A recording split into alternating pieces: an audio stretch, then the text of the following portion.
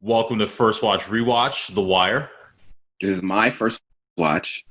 And this is my rewatch. Right. We're doing season 1, episode 13, the sentencing, the season finale. Sean, we made it. Made the finale. I was so hyped for this episode. I couldn't wait to see how everything wrapped up. And it didn't disappoint. I was really happy with this episode. I was pumped for you to just get a wrap-up, a conclusion to storylines, characters. I feel like I mentioned before, I think this show does a great job of kind of wrapping up all the loose threads that are meant to be wrapped up and letting you know where characters stand at present day at the end of the season and give you kind of an outlook of where they might be headed into the next season. And so just really the first test of going through something like this with someone like we're doing right here, where you've never seen it before and you have to watch it. It was fun for me that you liked it, but the experience on top of that, just the whole thing's been super fun and getting more exciting for me as every episode goes on. Yeah, man, it's been a blast. And I wasn't expecting to fall for the show so fast. I thought it would take a while. So let's go on to how this whole thing started then. We start off again, season 1, episode 13, sentencing. Kima is in her hospital bed and she wakes up and Bunk and Cole are waiting for her. So this is really like our first time getting Kima post-shooting, other than we got to see her closing out an episode just in the bed, but she's conscious. Yeah, so happy to see she's alive, she's conscious, and she can talk. So we know that she's on the mend now. So one thing that I've always heard about this show, and I think I read it in a book once, and I believe that the other cast members have talked about this in the past, but Kima was supposed to die. Oh, really? She was supposed to die in that shooting. And I believe there was an HBO executive that made it very clear that Kima was to stay alive, that they thought she was a really strong character and that you couldn't kill her off. And HBO basically demanded that she stay alive. And so I wonder if that's why, if you remember when Rawls is talking to McNulty and McNulty asks, is she, and he doesn't finish it, but he kind of nods, and everyone's kind of talking like she's dead or she's about to die. I wonder if they were doing shooting or they were into it and then had to change the script by episode 6, 7, or 8, 9, wherever the shooting happens, and just kind of now are able to pick this back up again with actually having a scene for her to be in. Interesting. It makes a lot of sense because she was off screen for a lot of the aftermath. So I could see that totally, it being a writing change that happened last minute that they had to kind of pivot. Yeah. So it's just kind of like Kima's alive, though. It's not even like a big thing. There is no big, like she's awake or some big call to the police station. It's just that Bunk and Cole are there and she opens her eyes and, oh, hey. So Bunk is there right at her bedside when Kima wakes up, and they show Kima the ID sheet, and right away she IDs Little Man and says that he was the one that grabbed the money from the scene, from the car, and so she was able to see him right away, but she can't pick out Weebay, and Bunk tries to kind of, like they call it fat finger, and he tries to fat finger Weebay, and she says that she can't do it. And Bunk lays it all out for her, basically, that there's no prints at the scene. We know that they have prints away from the scene at the payphone with the soda can, but nothing actually on the car. There's no witnesses. They have no guns. And in Bunk's opinion, if this goes to trial with the jury, that's going to be tough to get a conviction. And so he pleads with her basically again to ID Weebay, and she won't do it. And he says something like, you know, an ID will play a lot easier in court. And she looks at him and says, sometimes things just got to play hard.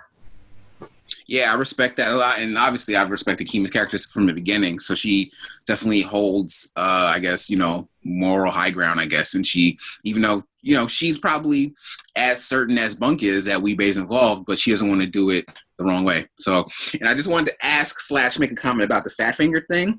Yeah. I took it as, you know, you're putting a fat finger on the scales of justice, like you're tipping the scales of justice in your, is that where that comes from? I'm just curious. I took it as like, you know, when someone says like heavy handed, like they're going heavy handed. Yeah. So I took it as like fat finger, like being over dramatic with the finger, fat finger, like that. That's how I took it. That's how I took it too. Yeah. Yeah.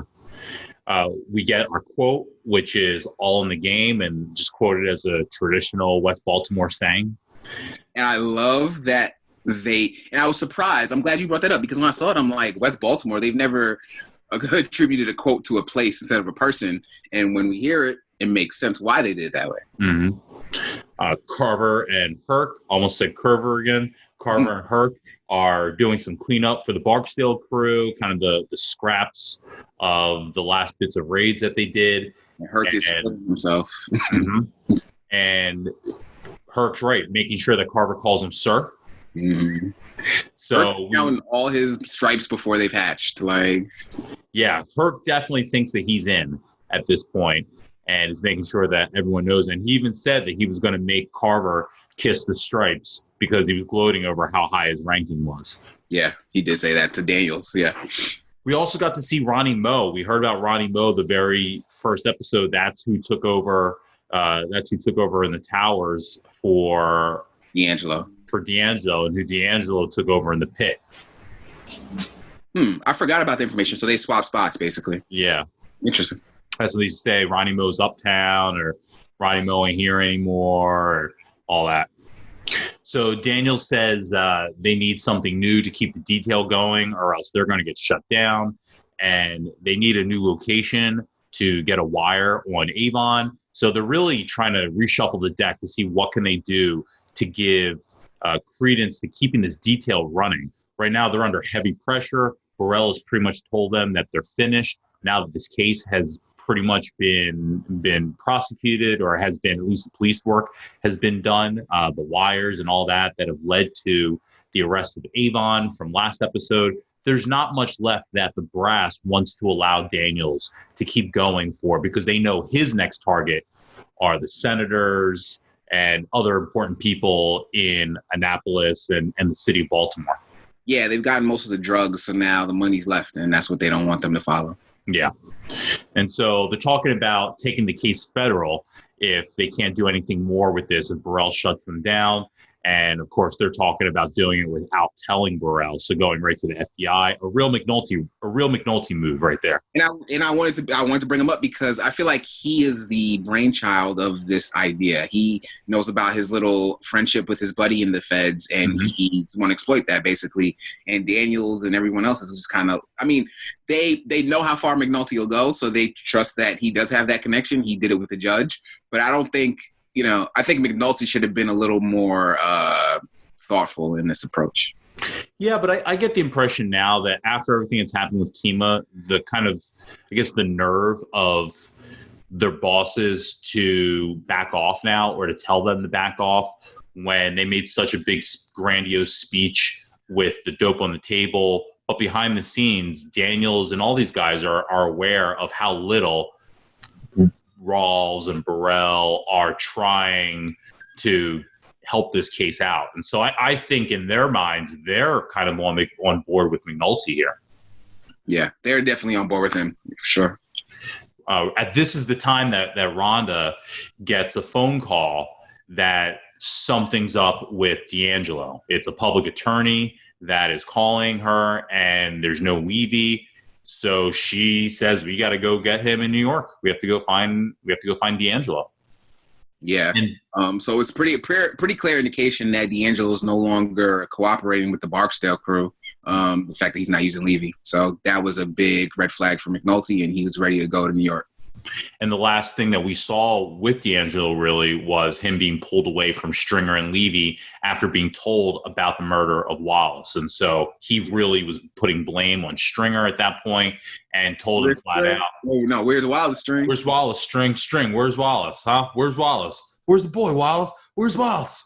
So that whole thing that had been bubbling now has moved forward to where officially D'Angelo has taken brand new representation, and they are reaching out to make a deal with Rhonda Perlman. Right. We get to meet with Levy and Stringer and Avon, and this is Avon coming out of jail, $250,000 bail or bond. And I never know what the difference is between the two. $250,000. One's a forfeiture, and one is a when you get back. bond to get back. Bail, I think, is a forfeiture. So I think it was bail. And Avon's saying that it hurts to have to show this money. So again, a reference to just how much they kind of have to hide what they actually have. And they go into this parking garage, and it's really the only place that they feel safe talking. And Levy tells them that he thinks that there was a wire that's making this case. They believe that there probably was a wire in the office, which is, we talked a little bit earlier about, I don't think that Avon and Stringer know what's going on, with legal stuff. Yeah, he definitely didn't know that there was a wire in the office. But not only that, when they find out that there probably was a wire in the office, and the only reason that they think that is because that's the only place that Avon's talked to D'Angelo about that deal that he just got busted on. So that's the point when they realize if it only happened in the office, there's got to be a wire there. But they say if they got a wire in there, they got us saying all types of crazy shit. And they don't string. I mean, they didn't pick up string. Excuse me. But that means they don't know how long there was a wire even in the office. They're assuming there could have been a wire in there for weeks or months. Right. Not, this wire went in the day before that deal went down with Avon and D'Angelo. Yeah. Mm-hmm. So just reinforcing, I think, how little they actually know about the case that's being brought against them as far as evidence. Yeah, they're definitely in the dark, but Levy parsed some good information. Yes, definitely. And that they have to bail their crew out. They have to let everyone out, or else you're going to have people mad. But not only are you going to have to bail people out now, you're going to have to send them back in on what Levy's calling a structured plea deal, where basically they need to work out time that everyone can serve depending on how many prior convictions they have, and deliver every single person, Levy says, to a man. And this is really the new directive for Avon and Stringer, to offer all of his people up to the cops. Yeah. It's interesting. Was this conversation made kind of in response to when Avon was mentioning how he didn't want to, he felt uncomfortable spending that amount of money just to get himself, make his bail, and now they kind of brought up that you're going to have to do it for the whole organization, right? Wasn't that part of the conversation? Yeah. Yeah, okay. Yeah. And we see that often, right? Where in Better Call Saul, I believe it is, or no, it's Breaking Bad. That's one of the big points between Mike. and Walt and Jesse is that they've got to keep Mike's guys happy. They want to pay him. Hazard pay, he refers to it, hazard pay. Hazard pay, and keeping everybody happy and making these drops in these safety security boxes, and making sure everyone stays quiet. Yeah. But they never talk about how they have to go back in again. They and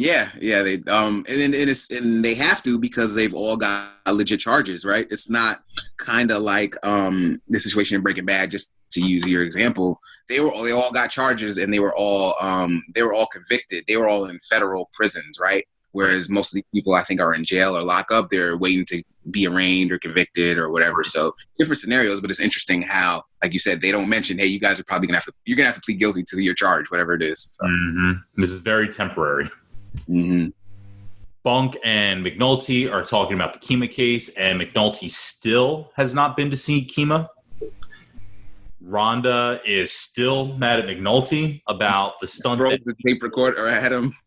Well, yeah, throws the recorder. Still mad about the stunt that he put at Levy's office, where he kind of hung her out to dry and yelled at her about how everyone's got a fucking future in it and everyone stays friends. And she said, "You'll just use anybody." So that keeps bubbling up here, this relationship between Rhonda and McNulty, which keeps intersecting with work. And lucky for Bunk, he gets to be along in this car ride to go up to New York to see D'Angelo. Right. So now we get Stringer and Avon, and they're checking out a new office at a funeral home.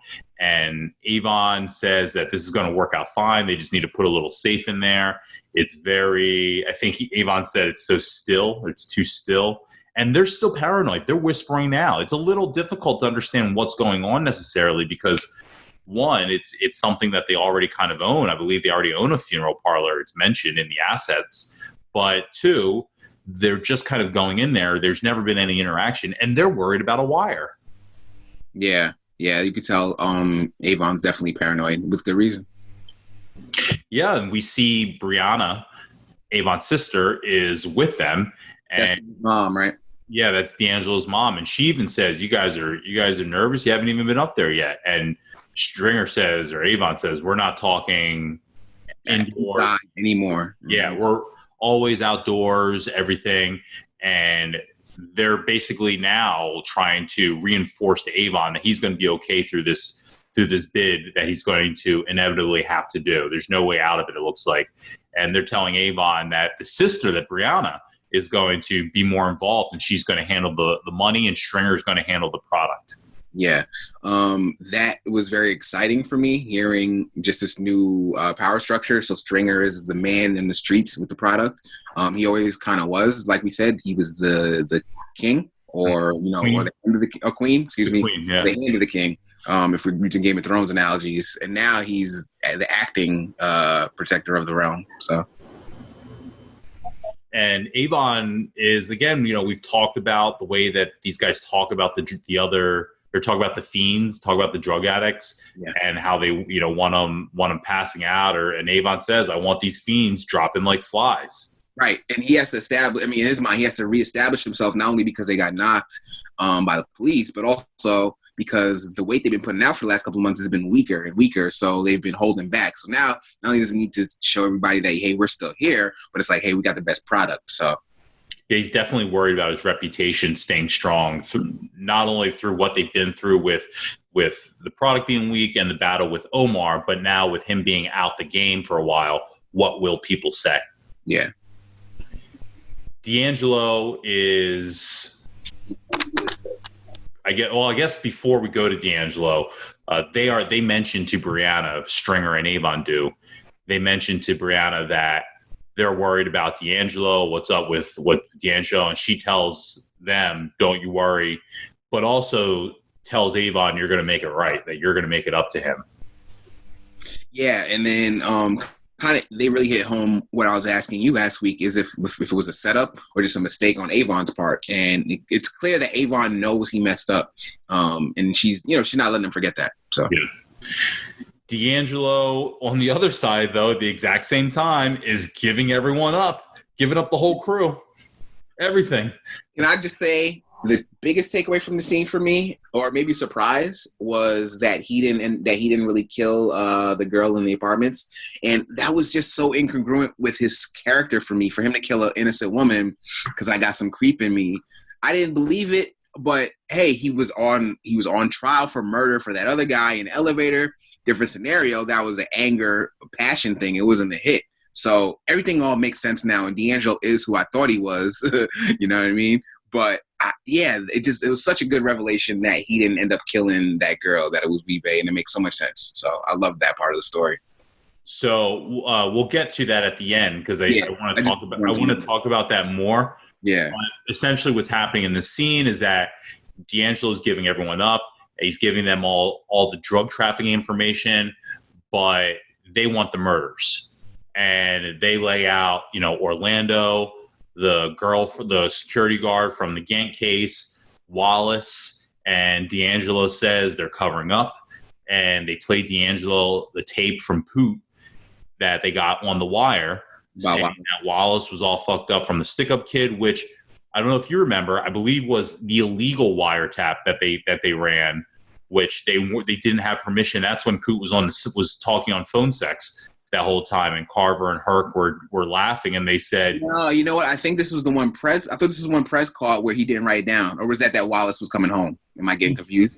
While the one that he didn't write down was Wallace asking for bus money. Right, right. This was Poot talking to that girl on the payphone, and Prez saying, "I'm not transcribing that," and McNulty telling them that you got to justify that if it's why you're listening after 90 seconds of 90 minutes of jerking off or whatever he said.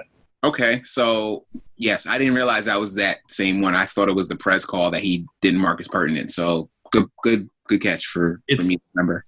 And it's a very small thing, but I think just how small the thing it is just shows you how easy they're just throwing that illegal thing in there to help turn D'Angelo. That oh yeah, they have no scruples about trying to turn D'Angelo using underhanded tactics. Remember the picture of Bunk's kids and whatever else in the letter. So So they play this whole tape now for Wallace, and he's like distraught, like, Jesus, you guys have that on tape. Of Wallace, yeah. Wallace, and D'Angelo explains basically what Wallace's role was in the Brandon murder, in that he was the facilitator of the phone calls, but he didn't know what was going to happen, and that he couldn't handle it, and basically the whole plan of how they had talked about Wallace going back to school. Yep. And D'Angelo says, that's on me. He takes responsibility for Wallace's murder because he knew that his uncle and Stringer were looking for him, and he didn't try hard enough, he feels. Yeah, he puts that on him. Do you think Dean knows who killed him? I know he didn't admit to knowing. No, I don't think so. And because he says it so plainly, he says, if I knew, I'd tell you. I swear to God, I'd tell you if I knew. And coupled with how easily he gives up Wee-Bey, I guess maybe not is he keeping it from the cops, but does he not want to believe it? Do you think, because in my head, I've seen the relationship with Bodie, Wallace, and Dee all season, Dee's been a mentor and a father to Wallace and been kind of an adversary to Bodie. So in my mind, does Dee think that Bodie did this? But I'm just putting that together in my mind because of the way they've been attacked. There's probably no evidence that Dee would even have any idea of who did it. It could be anybody, like he said. So. Well, no, I thought it was interesting that, they asked. He said probably one of the youngins or something like that, or murder. Okay, interesting. I thought that's what he said. Yeah, now that murders come cheap. But and when they said not in the projects, not in their homes with the beds and all that. Who got rid of all the youngins? That's what the kids. Yeah. I think at that point, if D'Angelo were forced to take a guess, he would say Bodie. But he's not really pushing himself. He's definitely not trying very hard to come up with anyone. On top of not giving up Wee-Bey for the shooting on Kima. He very specifically says, when he says, I dropped Wee-Bey off in Philly, they said, he's in Philly, I put him there. And did he talk about anything about the shooting to killing Kima? He says, we don't talk shop in the car. That's a rule we got. But he knows he dropped Wee-Bey in Philly because Wee-Bey told him we shot a narco.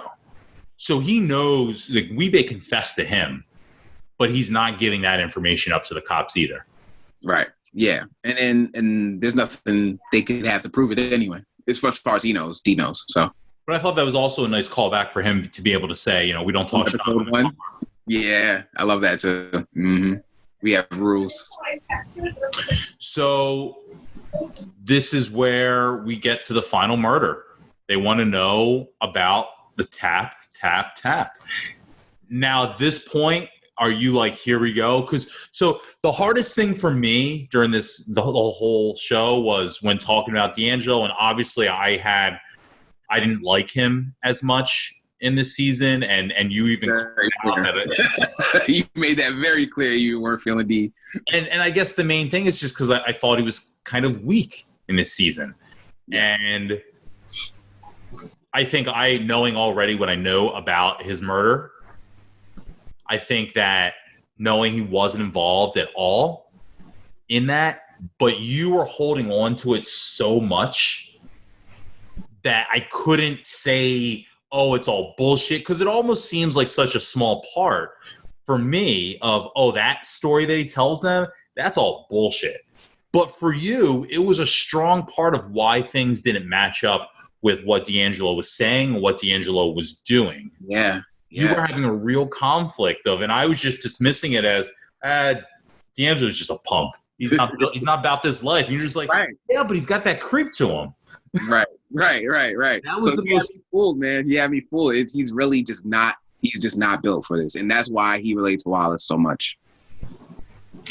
Yeah, and so he tells the story, and so basically completely opposite of what he told those kids. He says they used me. He didn't have any idea there was going to be a murder.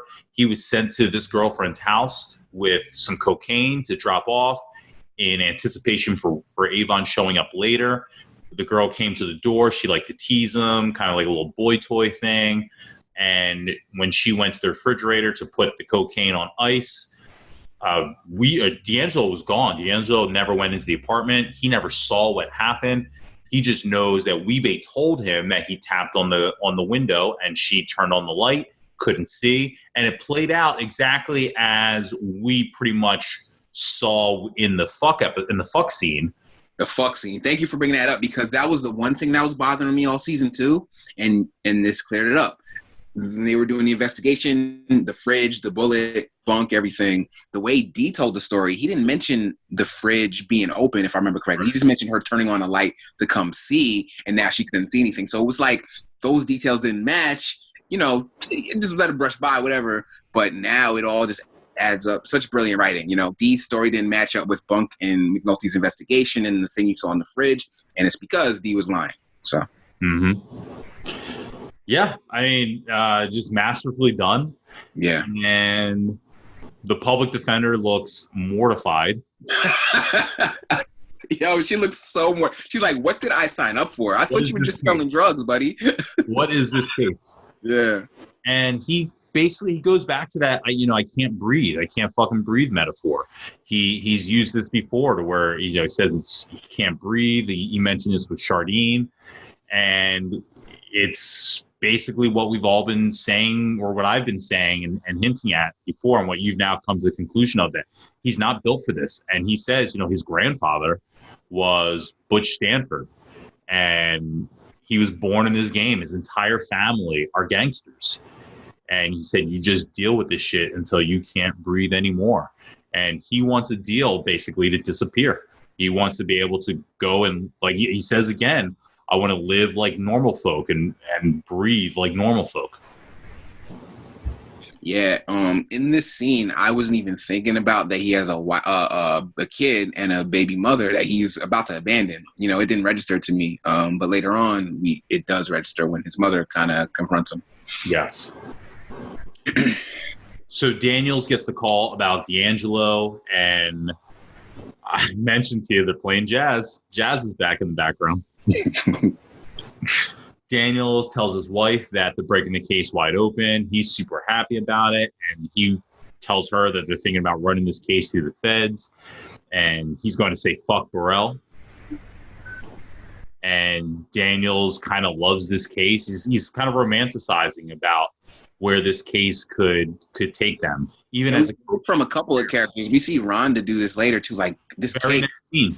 Yeah. Very next scene. People, there was a lot of this case and heart eyes. You know what I mean? So. Yeah, she said earlier in this episode, when they first got the word about D'Angelo, I think it was Freeman said to Daniels, this case got some legs on her, don't she? Yeah. Freeman started it. Yes. And then Daniels, when talking to Marla, says something like, kind of like this case, and he smiles, almost like thinking about a long-lost lover. And immediately after is McNulty and Rhonda getting back in the car, and she says, I feel like I've been drunk ever since that kid started talking. Right. And it's just so ironic to me, because you're hearing all these graphic details and this horrible murders and all these disgusting things, and she's just getting wet by it. You know what I mean? Like, it's literally, not even figuratively, as we see. Mm-hmm. So, and she even says, like, career fucking case. I think that's the exact terminology that she uses. Mm-hmm. And McNulty then tries to apologize to her about the stuff with Levy, and she just jumps his bones in the car, in the parking lot, back into the car again. So that looks like it's back on. I didn't realize, I've come to see on YouTube that Ronnie and, as they call her, Ronnie and McNulty are like a fan favorite little couple there, a little on again, off again. So I haven't indulged in any spoilers, but I just saw like titles like "We Heart Ronnie and McNulty," so it's interesting. Well, it's steamy. They're very sexual. They're very sexual with each other. They have no depth to their relationship. It's all sex as far as I can see so far. But yeah, very much so. So now we go to Bunk and Freeman, and they go to visit downtown Roy Brown, as Freeman calls him, I guess an old buddy of Freeman, and they're trying to get a trap and trace on a phone that has called Levy's office, Maurice Levy, which we know is the Barksdale lawyer, and this is their way to get Weebay. Right. So they're going to reverse trace this call from Levy to Philly, because they know he's in Philadelphia, but they have to do a little convincing. And he tells them we can't do it. It's going to take a while. Gives them the whole. I don't know, what do you call it? Dance and pony show. Dog and pony. Dog and pony. Yes. He gives him a dog and pony show. There's a show for sure. And this is when they start to walk away, and the guy says, "Hey, wait a minute! Isn't this where you're supposed to tell me how fucking important this is?" And they put out very clearly that this number that we get will give us the guy, or I think they said the mope, that shot that cop. Mope shitberg.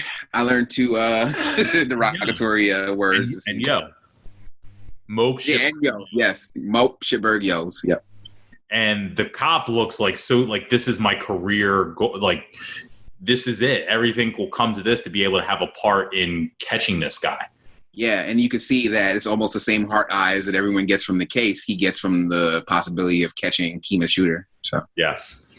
Fritz meets up with McNulty about taking his case federal.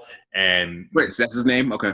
Fritz, yeah, I think Fritz. And McNulty updates them on where they're at with Daniels and says, I can speak for Daniels. He's got real heart. And Fritz says that he's going to set it up. And we now go to this older man who comes into the print shop, Stringer's print shop, asking for 10 copies, carrying a leather bag. And Stringer goes, okay, 10 copies. And starts making the copies, asks, everything go all right? And the guy says, yeah. And Stringer looks shocked. He says, no problems. The guy says, no. Very casual. And Stringer gives the guy his 10 copies and says, all right, man, I'll get at you. And he leaves his bag. Leaves the bag. And Stringer then takes the bag into the back, and we find out it's like raw heroin. Okay. So help me out with what was going on in that scene. I know he was obviously purchasing. I found it odd that he was using the business that he wanted to be legitimate to purchase drugs. So I thought that was odd. And also the conversation that they were having, my interpretation, it was Stringer checking to see if there were any issues or anything they should be concerned about with law enforcement. But yeah, what did you get from that scene, or what was happening in that scene? I didn't take it as an actual purchase, as in more like a handoff. Sure, a handoff, yeah, because there was no money exchange there. Good point. Yeah. I also took it as they don't really have any places that they necessarily trust just so much. Good point. And so bringing that bag into the shop and pretty much just talking about making copies was their attempt to try and make things look legit, just in case anyone was watching. But I think the print shop is maybe the place that he trusts the most at this very moment. Fair enough. That explains that to me. And then, what do you think that conversation was about? Was it normal? I think cops. Yes, I think cops. I think they feel like they're hot, and so I think they're again not being sure how far, how wide this goes, not knowing what they are on tape saying. I think just like, wow, no problems at all making this re-up? None? Okay, all right. That's how I took it. Okay, cool. So we then find out, yeah, it's raw, I guess, and he calls some guy in the back and tells him how to basically mix it up with like 3 parts of some shit he pulls out of a jar and 1 part of the real stuff. And he tells this guy to tell the crews that they've got to mix their own. It looks like they're scrambling. It very much so looks like the Barksdale crew is scrambling this episode to get themselves back up and running as quick as possible. That, and, I may be reading the tea leaves here, but it seems like Stringer is kind of directly violating what Avon wanted. He wanted the drugs to be as strong as possible, and he's cutting them. So we know Stringer is very economical. We see him taking business classes. He does what's best for the bottom line. So in my interpretation, he may be cutting this heroin, even though Avon wants it out there to be stronger. That's a good point. Yeah, you're absolutely right. I never thought about from like the macroeconomics class that he was taking and applying that. But that makes so much more sense. Yeah. Well, maybe Avon will find out and I'll be happy. We'll see. The FBI can't move on a case unless it's terrorist activity or corruption with these post 9/11 rules, which we've heard about a few times on the show.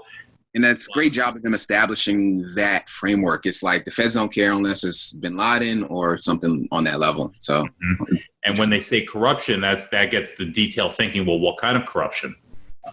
And we'll get back to that in a little bit. A new crew has moved in on Bodie's corner already. So Bodhi and Poot roll in with bats.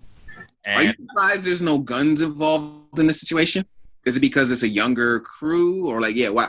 I mean, bats are cool, and aluminum bats hurt. Don't get me wrong, but I'm surprised. We know Bodhi's strapped, so it's interesting that they chose not to take it to that level. Maybe because they all just got locked up, you know? I don't know. Sometimes they're so conscious of violence and what brings the cops. Yeah. Sometimes, but then other times they're not at all. Yeah. Maybe it's a daytime thing. Good point. Daytime too. Yeah. This is how they handled the situation with Johnny. You know, they just beat him down on the streets. But as we know, that Carver and Herc are actually watching them anyway. Yeah. So, and they make a great observation when they see the fight happening. And they say, "This is why we can't win." They said that they fuck up, they get beat. We fuck up, they give us pensions. Now, I mean, it was insightful, but what does he mean? Like, break it down. What do you think he means? I think it's similar to the point that Wallace was making a few episodes ago with the math problem that kid solved. It says, how come you can't solve this math problem in the book, but you can keep the count right? Count's wrong, they fuck you up. But what does that mean in terms of the war never ending? Well, how can the cops win when it's literally life and death for these kids on the street? Yes. Okay. How can they be tougher than these kids when look at what they have to do just to keep their territory?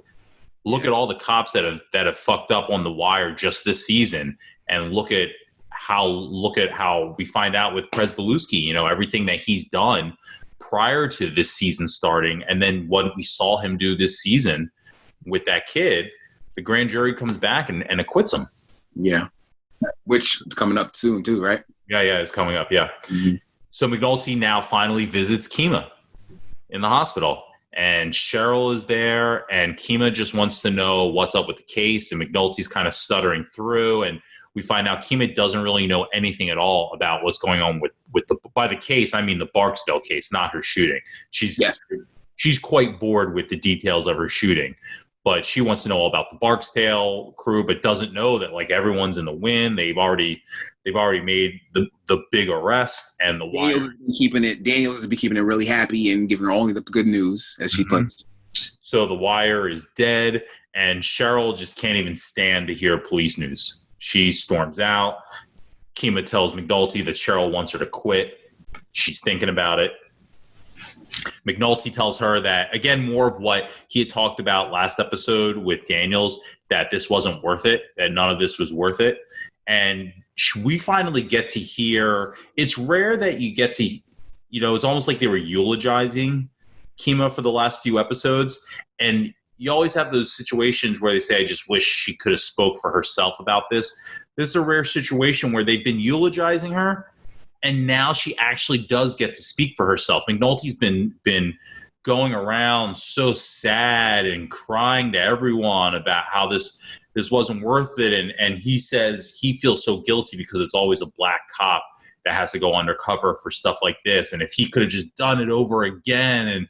And she stops him and says, if I could have done it again, I would have put more tape on that fucking gun. She has no regrets about the case, about going undercover, about going in ill-prepared.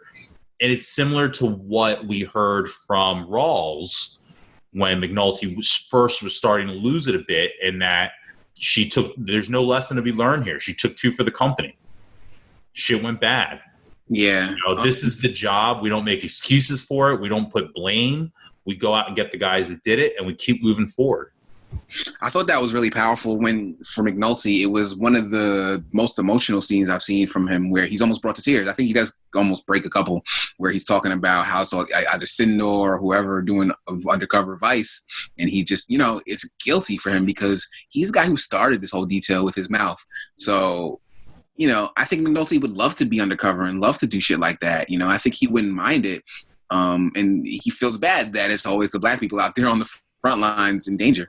Mm-hmm. It's a different sentiment. I don't think we get to hear in movies or TV shows about. Yeah, I've never heard that before said so like explicitly. It's like you guys are putting yourselves on the line all the time while we're here, you know, in the office listening to the radio of you putting yourself on the line.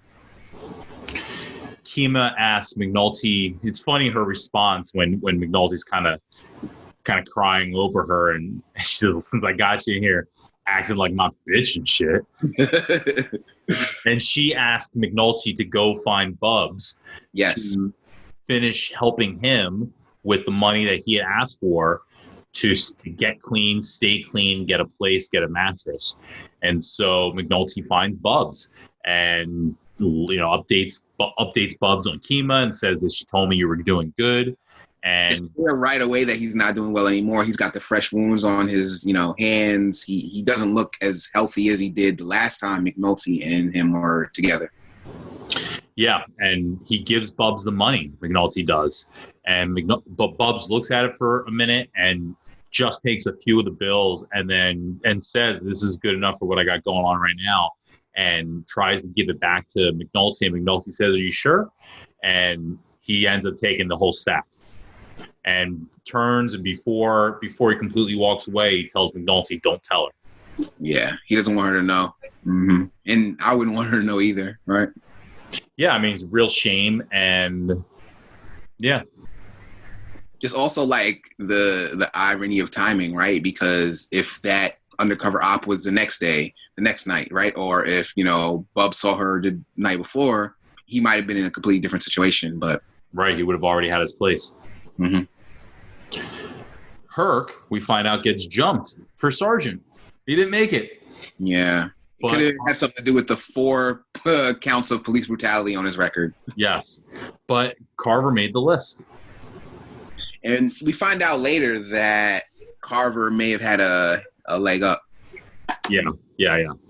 As this is going on, we get Freeman and Chardine walking into the detail for lunch. Carver's very into it. He's checking them out.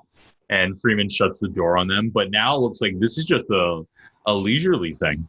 Yeah, I was going to say they have no more legal or police reasons to be associating with each other, really, as far as I know. So. Nothing going, no case going on now. Yeah. The detail is going to give the feds Clay Davis. That's kind of the plan that they start to work on, and that Clay Davis is the best thing that they can offer up for corruption to get the FBI to actually take this case. But the plan that the feds start running out is that they're going to use the information on Avon and Stringer and use that to flip them into giving up Clay Davis. And as soon as Daniels and McNulty start hearing about flipping and giving them reduced sentences for information on Clay Davis, they freak out, they're pissed off, and they walk out of the meeting. And McNulty has some choice words for people on his way out. I think he calls them empty suits. Empty suits, and says to his buddy Fritz, I thought you was one of the good ones, brother, or something like that. Thought you was real police, brother. Real police, yeah. Yeah, real police. And so you can see, again, the way that the game is working and their desire to take these violent criminals off the streets, and anything outside of that for them is unacceptable. Yeah. This team that they're working with is all about the feds. They're about a bigger game and catching a politically corrupt person versus, and they don't care about the street violence and the drug game in Baltimore. So. Yeah, it almost seemed like they didn't believe him also when McNulty started running down the murders, the numbers in Baltimore, the bodies that they dropped.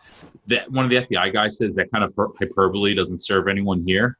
And it's almost like you not think. What's that in reference to? He said that in some. Yeah, you're right. He said that in reference to something very specific. The amount of bodies that they had dropped. I think like some 6 bodies or 6 or 12 bodies or something. Oh yeah, he referred to it as like domestic terrorism or something like that. I think was. Yeah, and he said that kind of hyperbole won't suit anyone around here or serve you around here. And it's like, well, he's not actually kidding. There's a lot of murders. There's a lot of murders, but I think the hyperbole was comparing it to a terrorist who's has a national goal, I guess. I think that's what he was referring to.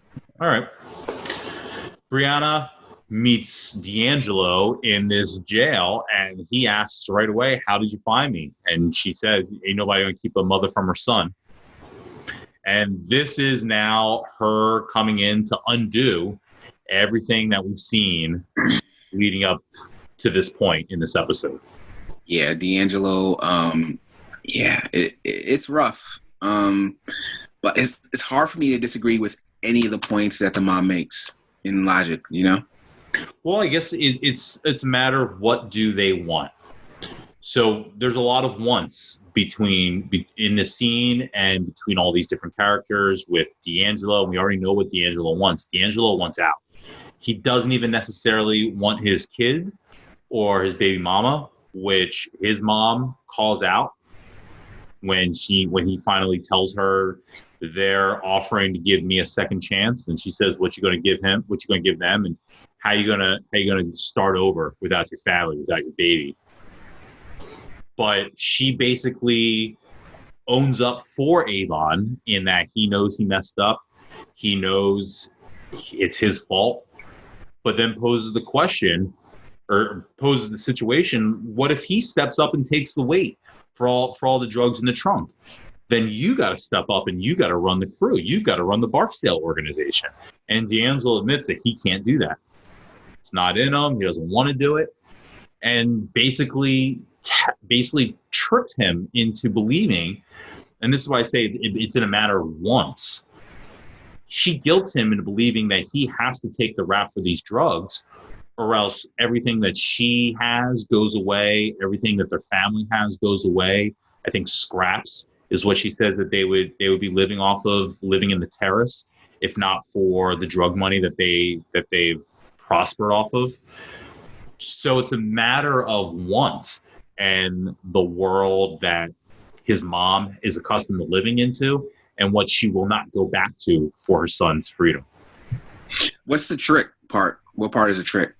Well, I think she tricks him into believing that there's no other way. The other way is for Avon to take the rap. And for the possession that he got caught with? Yeah. That D got caught with? Yeah. Because D'Angelo is the way that it works is you don't get to get caught with drugs and then say it was someone else's idea. Yeah. Mm-hmm. You got to go to jail just as much as another guy. Yeah, so I don't get what he has an opportunity to do is say it's all Avon and I get to go free. I get to go into witness protection. I give up everything Avon has done. Yeah, they set me free. Yeah. But I agree with the mom where it's just not a smart decision in terms of he's not thinking it through. Not smart for who? For D. It doesn't make any sense because he is, I mean, like you said, his whole family was raised on this drug culture and that's their source of income. So you take out Avon, you're taking out the head of the organization. You're not just taking out, you know what I mean? You take out Avon, it's affecting all those people. Like, I agree with what the mom said. You're really affecting all those people. Tough shit. That's her son. Those other kids aren't her son. She's telling her son, you have to do 20 years in jail. Is that what the charge is? Holy shit. 20 years, yes. That's what I'm saying. He gets the full book if he doesn't cooperate. He gets the full weight. So she's telling him that my nephew or my brother staying free or getting a lesser charge is more important than my son's freedom and happiness. And it is, isn't it? And that everyone having all this stuff. Remember what Avon told her last episode? You like this apartment? You like the car you drive in? Then we all got to do our part. And that's what she's making sure, that he does time and doesn't say anything so that they can all live the life that they are still living, that they are accustomed to living.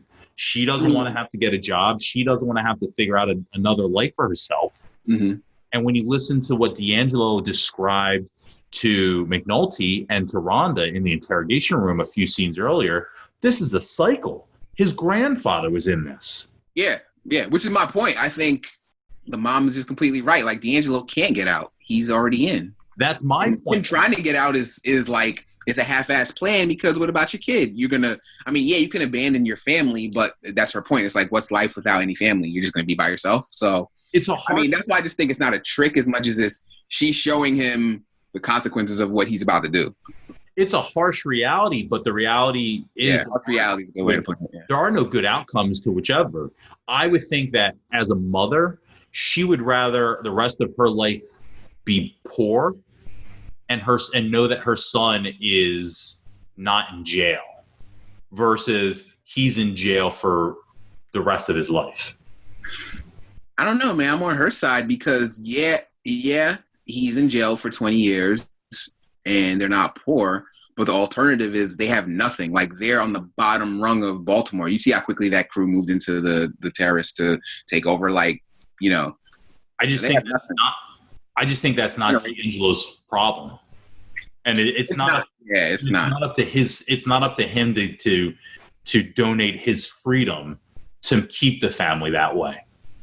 It's not because he's not down. He's not built for the life. But if he's someone who purports to be, it should be. So yes, you're right. So all that to say, that's why I think he was tricked. I think she tricked D'Angelo into believing in a new want. His want was no longer his freedom, a place where he could breathe like normal folk. His want was for the Barksdale family to continue to prosper in this cycle that he himself just said he needed to get out of. Does he want that, or did he get guilted into it? Because I don't know. I never heard from him after this. This is the last time we hear him talk. Now we just see him in the court in the next scene. So I don't know if he wants it or if he just kind of like was forced into it by his mom, guilt tripped into it, if anything. Well, that's what I mean. He doesn't. That's why he was tricked. That's exactly what I mean. Yeah. Yeah, I agree. Yeah. So Daniels outs Carver now in the detail as the mole. I was not expecting that, man. Didn't I guess Prez? I think I guessed Prez, right? Prez. Yeah, I was not expecting Carver, and it's so perfect. It's so obvious. It was plain as day. Plain as day. It was as plain as when the money was missing, and there was just like, oh, there's a hole in the bag, and then a couple of scenes later, it's like, hey, looks like we're missing money. Well, yeah, of course. They're literally just like throwing it in your face of how Carver's not here this week. He's on training. All right, let's give out some information. Hey, isn't it weird how that info didn't travel anywhere? Yeah. But it went right over my head because there's so much you got to focus on. I love that. So good. And then they just bring it on back. And so Daniels lays it out that basically we've caught on. We laid out this info about the stash house, or we laid out this info about the club and having a wire inside the club. And that's when you were on in-service training. And so now we know that you're the mole. And he basically gives it up right away. He just starts confessing. Burrell came to me, and it's a deputy ops, and he's telling me he's concerned about my career and all this, and it's the deputy fucking ops, and what do you do? And Daniels just giving him the disappointed dad speech. I mean, it was, there's going to come a time you're going to be in charge of young men, of young officers. They're going to be looking to you to lead an example, and everything you do, they're going to catch, and there's going to come a time when it's going to be about you or the work, and you're going to have to make that decision. And just, I'm not mad. I'm just disappointed. It was a good speech, and it was accurate because you've seen it through the series play out. Like, some people are about themselves, and some people are good police, right? And it's been the struggle of Carver and Herc this entire season. We've been talking about kind of the ups and downs that the two characters have when one of them gets a turn to listen to a witness, or we saw Herc with the grandmother, with Bodhi's grandmother, or Herc motivating, or Carver motivating Herc, or Carver catching on to something quicker than Herc is, or agreeing to do something because he gets it faster. We've seen all these things where the work and versus their individual achievements have kind of been weighed against each other. But it was them going for the sergeant test where now it really actually mattered. And that's what he's really hammering home, Daniels is to Carver, is that when people see you fuck up, they're going to fuck up. And then they're going to teach other people to fuck up. And he talks about when he was in the Eastern District, we get a little bit more information about this area where we know that Daniels was quote unquote dirty or took some money. But he says, he came up in a time when their commanders were doing a lot of dirty shit. And so they were all doing dirty shit. And then it was a really bad place to be. Yeah. Yeah. Lead by example was the moral of his speech. Yep. The grand jury came back, and Daniels goes right from giving this speech to Carver, who has let him down. He goes right to Prez Belusky with Prez's gun and hands his gun over and tells him the grand jury's back and you're back on active duty. But he says you already knew that, and kind of alludes to the fact that Prez even acts it. He's a little afraid. they've got to serve a warrant on Weebay. And Prez is really nervous, says, "Oh, there's so much work to do here in the office." And last thing that Daniel says is, "I'd be careful with that gun. I heard that trigger pull used to be light." Look, man, the show did a good job of, after establishing Prez as an asshole, fuck up, you know what I mean? And giving us these endearing moments and this competency that makes us actually care about him and like him. Mm-hmm. So this guy blinded a kid for no reason. And we end up in the scene proud that he's getting his gun back. Like, you do feel that sense of pride that, man, Prez is coming around, he got his gun back. So it's great writing. Yeah. So now they're serving this warrant, and it's in Philly for Weebay. And Carver is the guy that's going to break the window, sets off the car alarm. Weebay comes out in his boxers, and everyone just takes him down right there. And it's a fun little Weebay scene. Yeah. Do you think they really shot this in Philly, or do you think they made Baltimore look like Philly? I don't know. It's a good question. Yeah, I was trying to watch. I was looking at, the streets are so very similar that they could have easily shot it in Baltimore. So yeah, I want to say it was Baltimore. Then they just take a decal for the Philadelphia police and just stick it on the car. I think so too. Yeah. Yeah. Levy is back as D'Angelo's lawyer, and this is where I think I start to think about building that whole idea of just tricking him, because D'Angelo looks like his head is hurting when Rhonda gets the phone call that Levy is back, and we see D'Angelo in the background with his mom, and she's just on top. She's just kind of over him, and he's just rubbing his head. And it reminds me of like that scene in Making a Murderer where the kid's mom, Brandon Davies' mom, comes in and says, "What happened?" And he says, "They tricked my head, or they tricked my brain, or they got to me. They got to my brain." Like, that's how he looks. Like, he's just been mind fucked. Mm-hmm. Yeah, he's got a stress headache for sure. Mm-hmm. Which we know he has. We saw him before when his girlfriend was screaming at him. He had this headache. He's putting like orange juice on his head. Mm-hmm. Rawls calls in McNulty. Oof. This scene, let's talk about it. Yes. Yeah. So we reveal that Burrell heard about them trying to take the case federal and told Rawls about it. And so now it's like a double down. I think he had a bye prior to Kima. But now that they're hearing, beyond just Rawls thinking that he's an asshole, now Burrell finds out that McNulty is directly disobeying him. Not just disobeying Rawls in a personal beef. It's disobeying the top guy. Yeah, you're going around them trying to make a case behind his back. Yeah. Mm-hmm. And so Rawls, and it plays out exactly as Freeman pretty much said, except he tries to do some what do you call it? Reverse mind warfare. What do you call that? I don't know. You're trying to get the person to do the opposite of what you want, or say the opposite. But reverse psychology. Yeah, reverse psychology. Mm-hmm. And he says, "Where don't you? I want to make sure you." He basically tells him, "You're done. You are finished here in homicide." He says he respects him, which I found was interesting. He said, "Man, you got stones on you. Did you really call them a bunch of empty suits?" Like, he respects part of him, which is interesting to me. So, yeah, he respects the heart. He just hates him. Yeah, because he's direct opposition with his goals and what he wants. So he hates his guts, and so he says, "I want to see that you land on your feet, okay? So tell me, where don't you want to go?" And Jimmy smiles, and of course, we know that in the very beginning of the season, McNulty told Jay, and they made a bet that he told him, "I don't want to go to the Marine unit." He said he'd rather just go to a foot post, be out on the streets where he came from. And he said, "I don't want to go to the boat because the fumes make him sick." And so Jay said, I'll bet a 10 that you're riding the boat next year. I forgot about that. He did say that, though. And we then got the updated to that was Freeman exactly saying how he got sent to where was he? Pawn shop unit. Pawn shop unit was his superior came to him and said, I want to see that you land okay. I want to see you land on your feet okay. Where do you want to go? And he told him, I want to be outdoors. I'll still make my money, all that stuff. And that's why they sent him inside. So here it plays out exactly like that. McNulty registers it and says nothing in this scene, but we know it's too late. Yeah. Poor McNulty.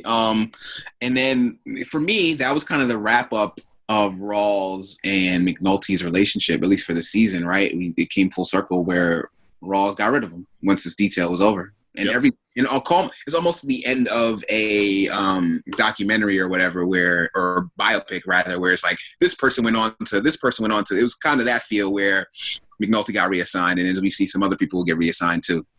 So now we get to Levy, and he's laying out the structured plea deals, like he mentioned earlier, 5, 10, 15-year deals, depending on people's prior convictions. Plus, they make a deal for Weebay to take half a dozen murders. This is really weird. The way that this is all being laid out, it's like bargaining or like baseball trades, like, 5, 10 years with a murder to be named later. But they get, Levy tells them that they can get all the assets that they can tie illegal activity to, the club, the cars. And Levy says that Avon gets 3 to 4 years for what they're trying to hold him on to. Because again, he's doing a plea structure and D'Angelo is refusing to cooperate. D'Angelo has zero leverage in this case. And so everything that D'Angelo's told everyone is off the table now. Right. Mm-hmm. So that changes how much, like you said, that changed how much leverage the prosecution has and then pressure they can put on. And it's kind of like, you're going to take this deal that we're going to give you, or you're going to be back to square one. Yeah. And essentially what D'Angelo is taking now is to not talk about the crew at all, not talk about the Barksdale organization, and to insist he was doing this on his own. The only reason Avon's getting anything is because they have him on tape. But the co-conspirator, being D'Angelo, won't admit to co-conspirating. I didn't register all that, but okay. So that is why this is such a shitty deal for D'Angelo, and why he's truly giving up his freedom in this case for Avon to get this sweetheart deal when there's plea structuring everyone. There can be no plea structure for a guy that they have on tape and with the drugs in the trunk. Everyone else is just, hey, we know your crew is dirty, turn them all in. Interesting. And so when they tell Levy, like, no way to 3-4 years, Levy says, and make an offer. And we get into the courtroom, and Avon pleads guilty to a max of 7 years, which is a jump from 3 to 4. And this is specifically for them having... Was 3 to 4 the minimum or the maximum, though? 3 to 4 was what he was saying. Yeah, no, I think that was the minimum, though, he was saying, though. So no, it was a deal they were trying to make. And so what Levy was saying was, you can get my client for 3 to 4 years. And he's just all giddy, basically writing out all these different propositions of who's going to serve what. Because it's all hypothetical. He said maybe 5 years, 10 years, 15 years for people with 2 or more. It's all hypothetical deal making. And so with that is maybe 3 to 4 years, and they're going, no fucking way. Oh, no? Oh, then what? Because he knows Avon should be taking 20 plus years like D'Angelo's about to get. So he's going, oh, no, 3 to 4? Oh, we'll make an offer. Because things are going so well in his favor. He knows that it's not going to be a crazy deal. And I think, as we know, when people get charged with stuff, they rarely actually serve the entire term anyway. Yeah. Mm-hmm. And like we said, it is a maximum, so who knows? Weebay gets no life. Gets life, no parole. Sorry, big difference. Yeah, life, no parole. Okay, yeah. Life, no parole. So, I mean, for confessing to the murders. Yeah. He won't talk about Avon or Stringer, though. They say he asked, Can I do better if I give them more information? And the lawyer says life, no parole means what it means. It doesn't get any better than that. You're going to stay in jail for the rest of your life.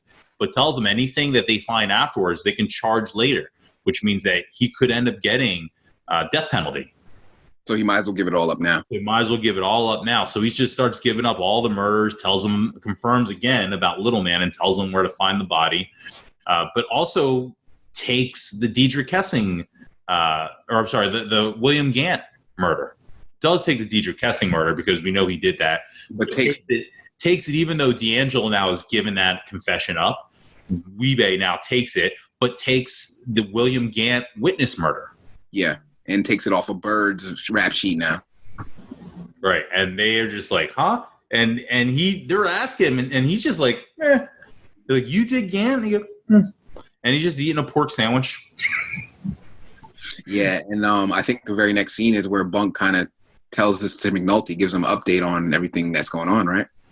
A little bit later, I think we get Ronnie Moe getting his sentencing. So Ronnie Moe gets 15 years. We get Daniel then running into the new major, Cantrell, and this is the guy that Daniels had to beg to get Sidnor. McNulty had to beg to get Sidnor, you mean? Daniels. When Daniels got Presbolewski, this is the lieutenant. You're right. Yes, you're right. Yeah, that was the guy that gave up both Sidnor and Prez and Sidnor, and so there's a new spot in Northwestern, and that's where he's gotten, and this is the promotion that Burrell was kind of daunting over Daniel's head, saying, "Oh, maybe there's a new spot opening up for you." Yeah, he didn't get it.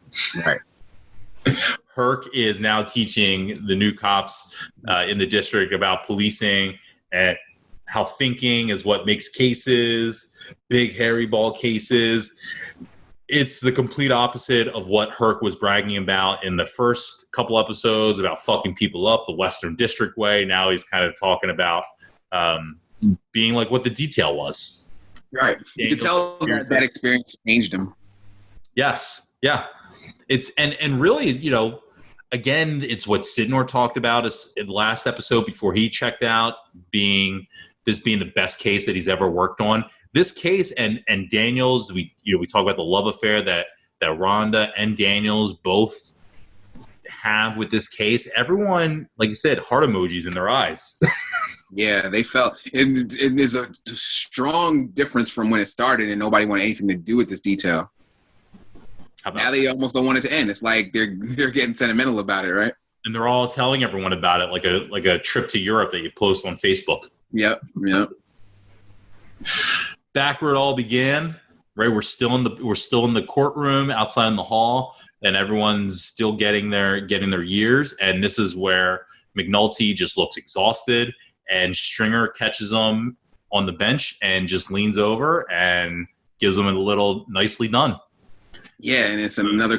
Well, there's so many mirrors to the season premiere in the first episode, and that's one too, where McNulty says it to Stringer right after they get D off. Exactly. Bodie is now on a cell phone, and he's screaming for his re-up from Rock. Have I met Rock yet? Am I supposed to know who that is? I don't know if that. I honestly can't tell you. That's a name we need to know. All right, cool. Because I don't. So. I took it more as like we're getting grown-up Bodie, though. Yeah, Bodie's become a player. Bodie's the man now. So, and yeah, he had to take out one of his friends to do it. Mm-hmm. Rawls is breaking in Freeman now as the newest detective for homicide. So happy for Freeman to get out of the pawn shop.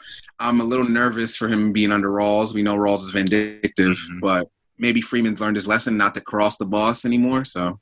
Well, if he takes any hints from the routine is still fresh for Rawls and Jay with being very reasonable. Poot, fair and reasonable. Yes. Poot is in the courtyard now with a new couch. It's a black couch.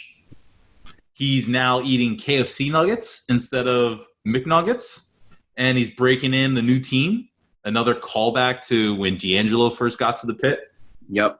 A lot of mirrors in this finale. It was such a perfectly written way they just bookend a lot of stuff. You can almost see the circle. You can almost see everything like turning full circle and almost locking up with each other. Mm-hmm. Yeah. Phelan tries to congratulate McNulty on the case. It seems to be that it's the big word on the case is that all these drug dealers getting this structured plea deal. I imagine when you got 10, 15, who knows how many people getting 15, 5, 10, 20 years. You're handing out probably, close to 100 years of time. It makes the rounds. And that's what seems to be happening here is Phelan's congratulating McNulty. I think that, and I think that everyone's aware this case is tied to a police shooting, like a police getting shot. So they're probably very aware of it for that reason too. Good point. McNulty's got 0 fucks to give for Phelan. What prompts him to leave the courtroom and sit outside? He was just sick of hearing it all. What do you think prompted him to go out there? And I think it just more so matches up with what we've seen in the past with a lot of these press conferences that the other cops with the bosses have been showing, and they're never part of the show. They'll do the work, and then when the show is going on, they kind of check out, walk away, have very little interest. And so I think it's more of he knows what's going to happen. He was in there during the pleas.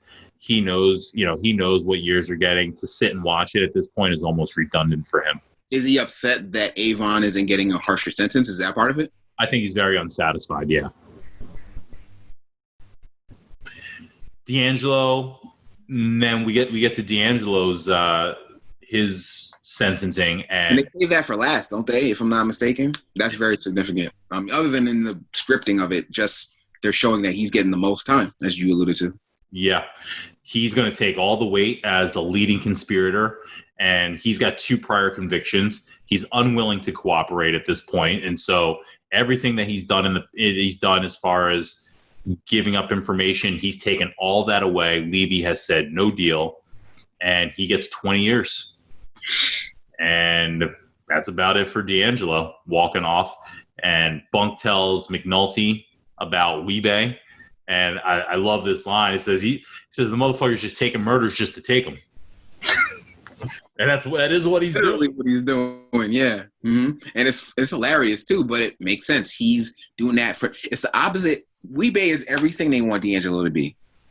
100%. Weebay is everything they want D'Angelo to be. Yeah. Avon, as he's being taken out in the cuffs, he just kind of smiles at McNulty. On the way out, we get the line again, the McNulty catchphrase, Jesus, what the fuck did I do? Oh, that one. Okay, I thought you meant nicely done. Yes. Jesus, what the fuck did I do? Yeah. And then Bunk gives him his catchphrase, you happy now, bitch? which I feel like is a line that they were saying back when they were picking up the phone when they weren't supposed to or something like that, but just feels like more of a callback. It is a callback because it's very distinct when Bunk says it, but I don't remember what episode it's from. But Rhonda then gives McNulty a pat, and they look like they're doing great again. Yeah. She's very, very happy. But of course, again, what's making her happy is this case, as you said, like physically into this thing. And going back to what McNulty said, everyone's got a fucking career. Everyone wants a career out of everything.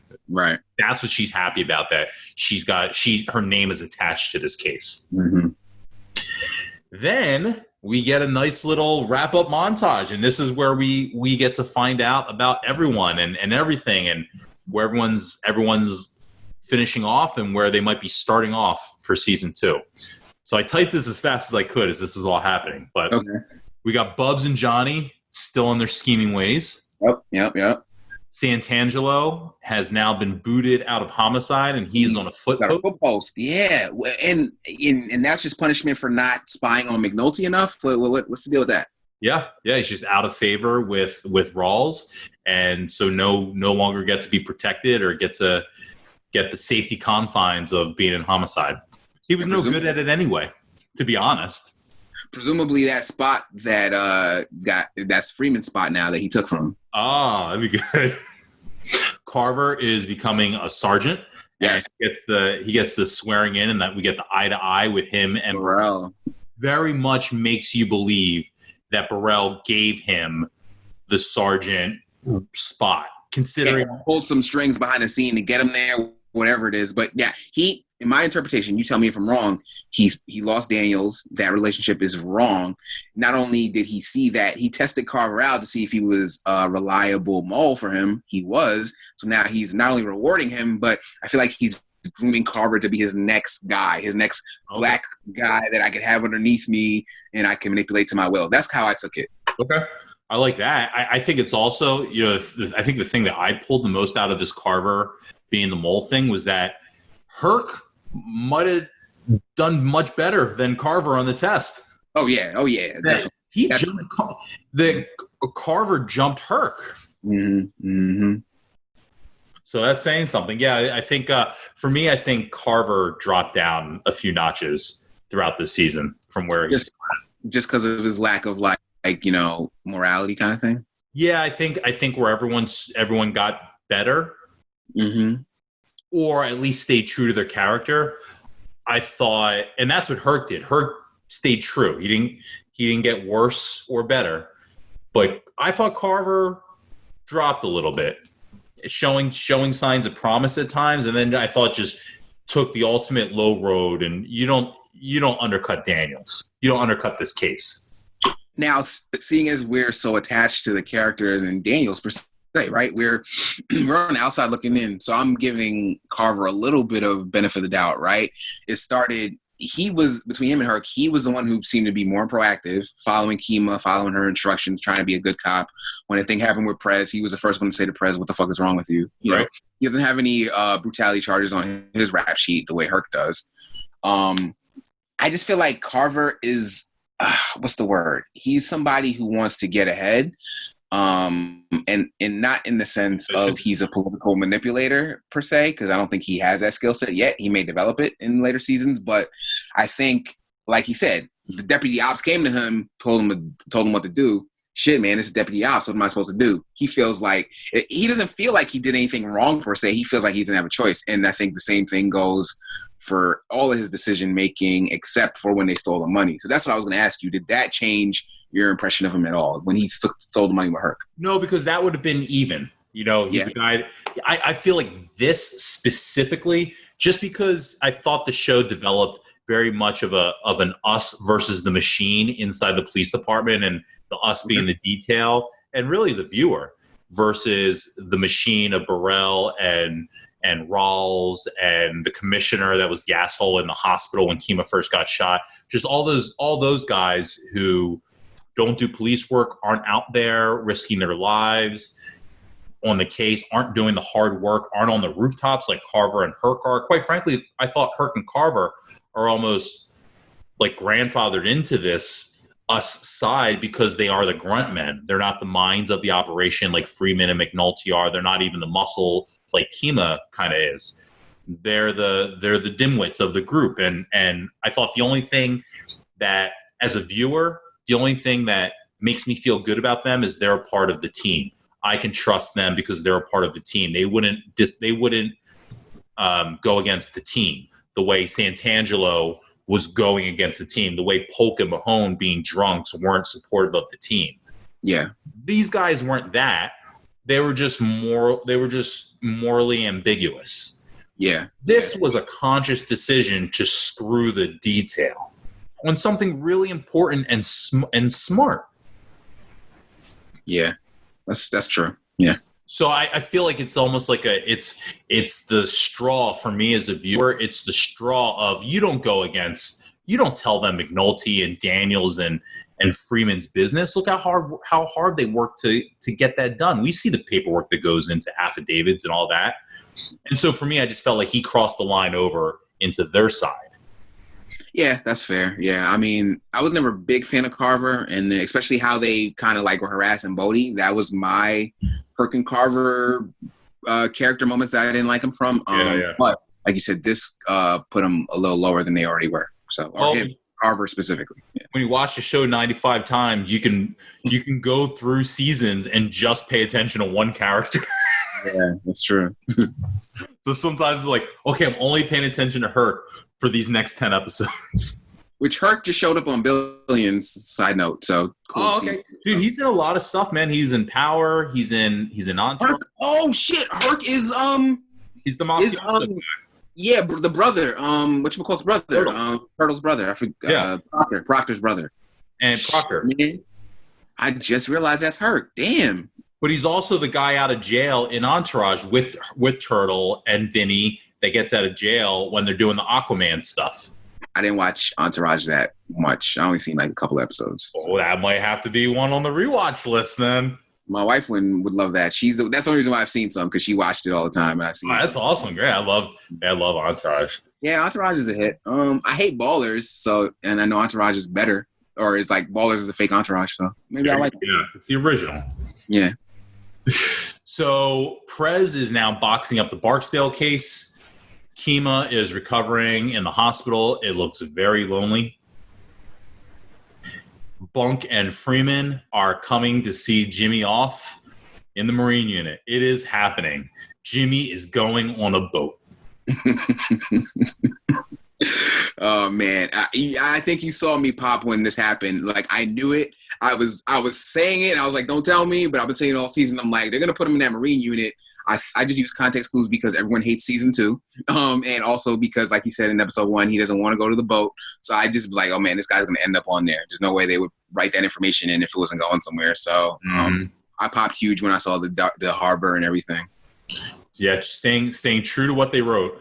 And Bunk is handing off a little bottle, little treat, little taste for McNulty. McNulty looks sad. He looks legit sad, very sad. We've got Stringer now running things from the brand new office in the funeral home. He gets like the slow close up, the slow zoom as the money's being counted. Definitely looks like he's getting the positioning of the man with Avon out. Yes, he is. Mm-hmm. We've got street activity with drugs going on. It takes a while for us to find out where we are exactly until we see signs that say South Bronx. And a guy walks up with a hood and asks for 300-400 drugs and takes the hood off. And we find out it is Omar, still alive in New York, in the South Bronx. Where we get our quote from the beginning of the episode. It's all in the game. And I love that, because he's not the first person to say it, but he's like the last person to say it. And that's why it makes sense in the beginning that they credited it to West Baltimore versus Omar specifically. Mm-hmm. Can come up at any time. Yeah. So we pretty much get a wrap up of every single character that we had a storyline with, short of Waylon. Yeah, I don't know. I think we know where everyone is and where everyone's headed. Thoughts? I love that end with the couch. The empty couch scene. Beautiful. Just shows you, D'Angelo's locked up. Bodie's a boss now. He's not hanging out there, and Wallace is dead. Yeah. So we, I don't know, any thoughts overall? We had talked about doing a recap show, but I feel like we're already past it because, spoiler alert, we just already started. You were so hyped on this. Yeah, I wanted to see where we're going. I couldn't just leave it at that. I was like, I need to know what happens next. And, season 2 starts off in a completely different setting, completely different time. So it wasn't what I was expecting. And we know this is the least popular season of all time. So it's interesting. So yeah, so we already went ahead and I thought about, like, do we need to stop and do this review before we go on? But to be honest, I was so excited to move on, and I felt fairly confident that after seeing season 2, episode 1, there would not be enough in that episode to advance your thoughts on what happened on season 1, because it's so far left of what we just saw. Yeah. Which is the fun for me in this case of getting to watch season 2 with you now, is that we're going to essentially start over. But I guess for season 1, for just a wrap up in general, sure. Going into it, I know when you first started, you weren't really sure how you were feeling about it. It was a little slow. It was a lot of characters. And I think, by season 3 or 4, you started really getting into it. And by the time we had episode, I think it was 6, The Wire, you were all in at that point. And that's when we just started, like, upping our recordings, upping our watchings, and so overall, what was this ride like for you for the first season? Overall, it was, again, I compared it to Game of Thrones. I went in with Breaking Bad expectations, but then as I saw that first episode, compared it to Game of Thrones because of the scope, the characters, the different locations. So I had to set my mentality as to what I was watching, and that's the biggest thing when I'm watching anything. I need to know the scope of what I'm watching. So once I got that, And the first episode was a lot. It was information dump all over. But once I was able to understand all the pieces on the board and where everyone was going and what everyone's goals were, it was impossible for me not to love it because the writing was just so spot on, so detailed, so thoughtful. Every scene is written with a purpose to pay off or to lead to another scene or to lead to something else to progress the story. There's no filler. I know you even mentioned that one FBI scene in episode 1, and you thought that was filler, and I didn't even think that was filler because it establishes his friendship, the scope of what they can do with the FBI, the surveillance. So, like, every scene is written so purposefully down from episode 1 to what we just watched. I love the ride. I'm just trying to think of some of my key takeaways. I mean, D'Angelo's not built for this, takeaway number 1. Wallace wasn't really built for it, too. Yeah, I think one of the big themes as far as, with the pit and that whole crew was you were very into what was D'Angelo's mindset. You absolutely called that something was off, something was not lined up right with the persona that D'Angelo was speaking to versus the way that he behaved. Yeah. Mm-hmm. The whole time you were on that. I think you were very focused on, and I think this changed the way that I watched this season for the first time ever, much more than I've ever been focused on a Bodhi and D'Angelo feud, so to speak. It was captivating for me. It was really because you're thinking in a drug organization with a subordinate and a superior, there's a level of respect there, and Bodhi never had it, and it made sense. It played out so perfectly because Bodhi is built for this life, and he instinctively is going to clash with someone who isn't. So. This is definitely the most I've thought about Bodhi's mentality. I talked a lot about the differences between him and Wallace. I think prior to watching this with you this season, I'd never really broken it down that heavily or that deeply and thought about it. And I think that coupled with, like you're saying, with what was going on with D'Angelo, I learned a lot more just about that character and what was going on in that little plot in the pit that made it another, like I said, every time I watch, I learn something new. I focus on something new. So that's something that you really helped me focus on and bring a new aspect to the show. I think it'd be remiss if we didn't discuss, I guess, the de facto main character, right? McNulty. What do we think? Season 1, McNulty as a whole, my interpretation is, he's a guy whose ambition gets him into trouble. What do you think? I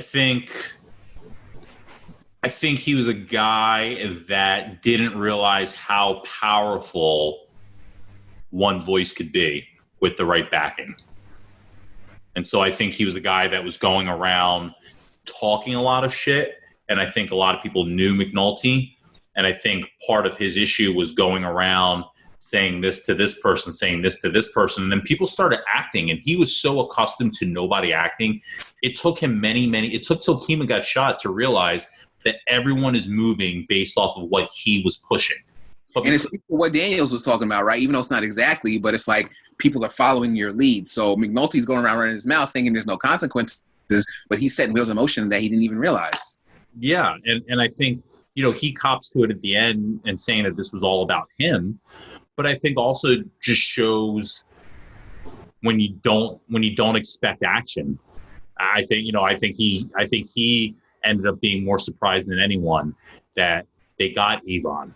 And I think that's the hardest thing of all is that they got Avon, but they didn't get him long enough and they didn't get Stringer. Yeah. Yeah.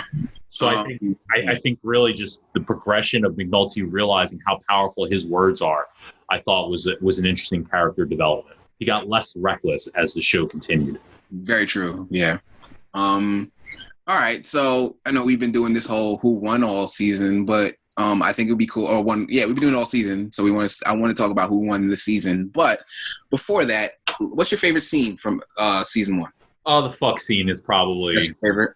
The fuck scene, the chess scene, the McNugget scene. Yeah, those are your top 3: chess, McNugget, and fuck. The fuck scene. Yeah, fuck's probably number 1. I gotta say, hey now, that's my number 1. Hey now, when he comes out the shadows, like that was intense. Stinkum. Yeah, when he kills Stinkum. I don't know. It would be hard. I love the McNugget scene too. Simone finally got up to episode 2, so she was just watching that yesterday, and I sat there and through the whole thing. So, The basketball scene. I love the basketball scene with the one on the court outside, East versus West, or the one inside with the ringer? Versus West. When we get to meet Prop Joe, and he tells him, it's 95 degrees and you out here looking like Pat Riley. But he says something like, "Be real, you're wearing a clip-on tie," and he says, "Look the part, play the part, motherfucker. Look the part, be the part, motherfucker." Something like that. I butchered it, but I just love that. I love anytime we were able to see Avon outside of the indoors. We talked about that scene where he goes to the pit and it kind of looks like dress-up day. Even when he's going to jail and he's wearing the Kangol hat and everything, it's very rare we got to see Avon outside of Orlando's. So anytime we got to see that, it was a little bit of a treat. For sure. I guess my other great scene for me was Kima's shooting. Just the way it was shot, the tension they built, them racing around to go find her. That stood out to me. If I had to pick two that were my favorite from the season, it's Omar shooting Stinkum, and then Kima getting shot in the back of the car. Those were really well done. So then we had it really split originally into three groups with Omar, the cops, and the streets. They're the Barksdale organization. Mm-hmm. At this point, we kind of dropped Omar off, but as far as the entire season, do you see a winner between the three? Yes. The entire season, it's tough. It's close. Right? We can make the argument that Omar won because he's alive and well in New York and didn't face any consequences for all the murders and stealing of the Barksdale crew, but he's not in the game. He's not playing now. He's in a different area. He's not in the game. So I got to say Omar did not win the season. And the Barksdale crew, they're all doing time, and they got hit. They're going to recoup. They're going to rebound. And you see Stringer and D'Angelo's mom are going to take the reins and rebuild. But at the end of the day, even though it wasn't the worst sentencing they could have gotten, in the worst case scenario, they weren't taken out completely and gutted.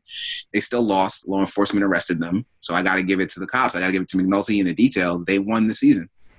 I agree. Yeah. What about between the detail and the brass? That's a great one. The brass one. Because they got everything they wanted out of every situation. They got their dope on the table. They got their photo ops. They got everything. They didn't. The money is not even being pursued, as far as we know, right? So every boundary they set, for the most part, wasn't crossed. With a few exceptions, they didn't get any further than the brass wanted the detail to get. So, and the detail's done, right? Yeah. We got to see Presbylewski boxing up the Barksdale case off the crime board. So that is essentially it for the crew. Yeah. Yep. So, the law enforcement won the season, and Mike, within that, the brass beat the detail.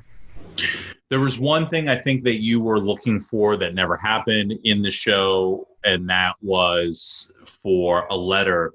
The letter that that was written to the state's attorney from Deidre Kessing, Avon's girlfriend. Bunk and McNulty get told that she was going to write a letter, or she wrote the letter. Forgot about that. Yeah, and you were looking for that to come into play at some point. Also, for the letter that D'Angelo wrote, you're looking for that at some point to come into play.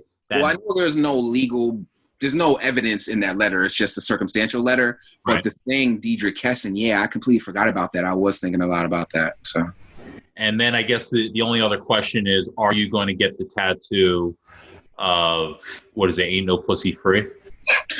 Ain't no free when it comes to pussy. Maybe not a tattoo. What is it?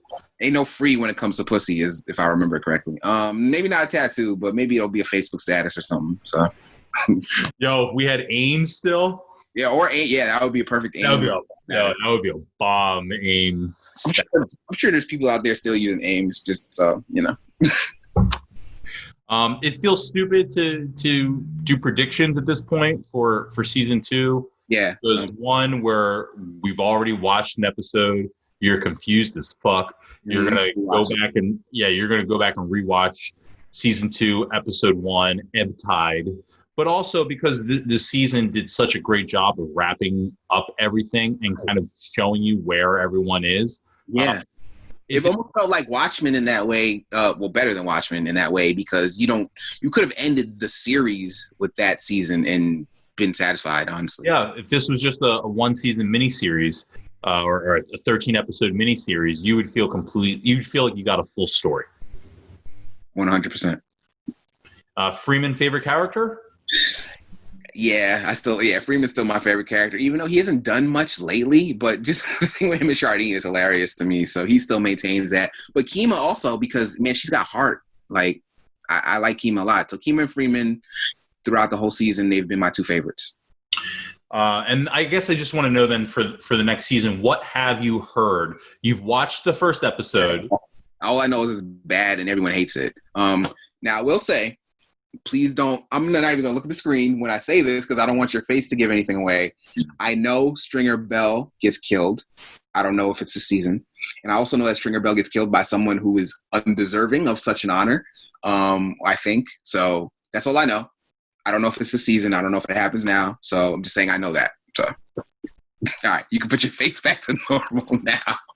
But yeah, so, but season 2, all I've heard is everyone's least favorite and they hate it. So episode 1, I didn't hate it. I was just confused. So I need to watch it again, process it, and then I'm excited for us to break it down. So, all right. Well, thanks for doing the first season with me. Yep. It's my dream come true. This is fun, man. I'm gonna be sad when we get to season 5 or 6. How many seasons? 5. Yeah, I'm sad when we get to 5. So, nah, because then we'll go to a whole new show. But nothing's gonna be as good as this, I don't think, man. Wow. Okay, so maybe I'm wrong. Who knows? So let me ask you now then, because you compare this to like Breaking Bad and I think Game of Thrones as far as like the kind of the serial type of TV shows. One season in, where do you put this show as far as how good it was? It was phenomenal. Breaking Bad, if we're just comparing seasons, Breaking Bad I still like more. Season 1, if season 1 this versus that, Breaking Bad I still like more. But you know, all things fairly considered, Breaking Bad ended shortly because of the writer's strike. They didn't complete their first season the way they wanted to. It was only like 7 episodes. This had 13. So I give Wire a more complete story for season 1 and a more complete story and just a more expansive story. Like it's just you're living in Baltimore through that whole show, you know? So I love Breaking Bad. It's still my favorite show, but season 1 of Wire was phenomenal. So awesome. All right, so I guess that'll be it for season 1. Yep. Back for season 2 of The Wire. It's my first watch, and it'll be my rewatch. All right.